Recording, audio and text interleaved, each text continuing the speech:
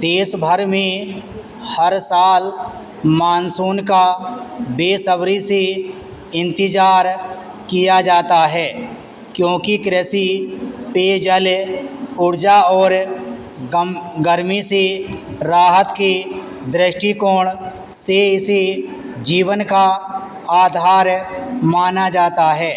मगर जब मानसून भारी बारिश के साथ अपनी उपस्थिति दर्ज कराता है तो जीवन की रफ्तार थाम जाती है।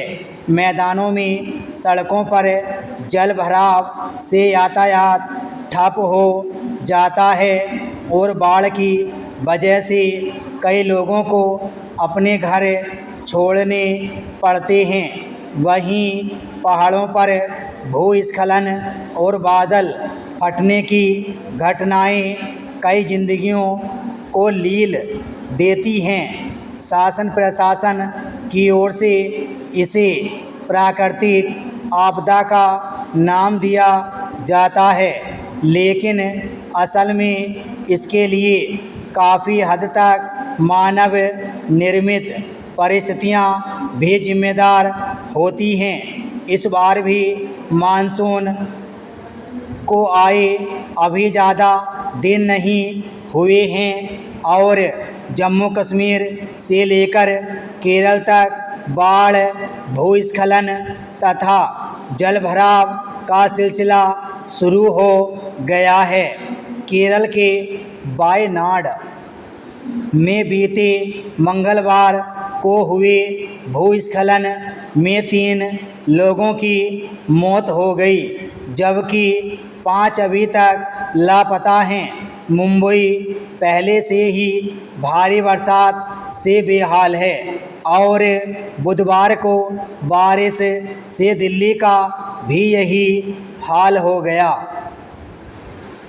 देश में मानसून के दौरान होने वाले जान-माल के नुकसान की एक बड़ी वजह खराब बुनियादी ढांचे, अनियोजित शहरीकरण, जल निकासी की माकूल व्यवस्था न होना, अवैज्ञानिक एवं अवैध तरीके से खनन और वनों की अंधाधुंध कटाई है। भारी बारिश, बाढ़ और भूस्खलन के कारण हर साल सैकड़ों जानें जाती हैं और करोड़ों रुपये की संपत्ति नष्ट हो जाती है। मैदानी इलाकों में, महानगरों से लेकर छोटे शहरों में ढांचागत विस्तार तो हो रहा है, लेकिन मुख्य रूप से जल निकासी की व्यवस्था पर ध्यान नहीं दिया जाता है।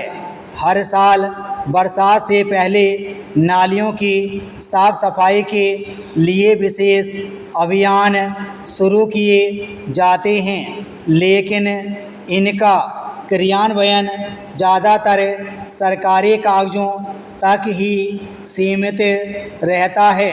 इसी का नतीजा है कि दिल्ली से लेकर महाराष्ट्र और गुजरात तक इन दिनों लोगों को जल भराव एवं बाढ़ की स्थिति का सामना करना पड़ रहा है।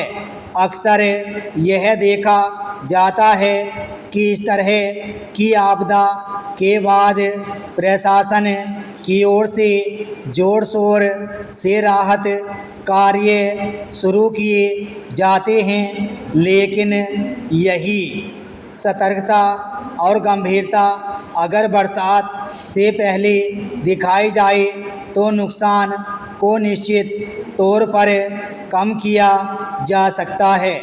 भू विशेषज्ञों के मुताबिक हिमालयी क्षेत्रों और पश्चिमी घाटों में अंधाधुंध खनन, वनों की कटाई तथा अनियंत्रित ढांचागत निर्माण के कारण मिट्टी की पकड़ कमज़ोर हो रही है। विराम स्टॉप।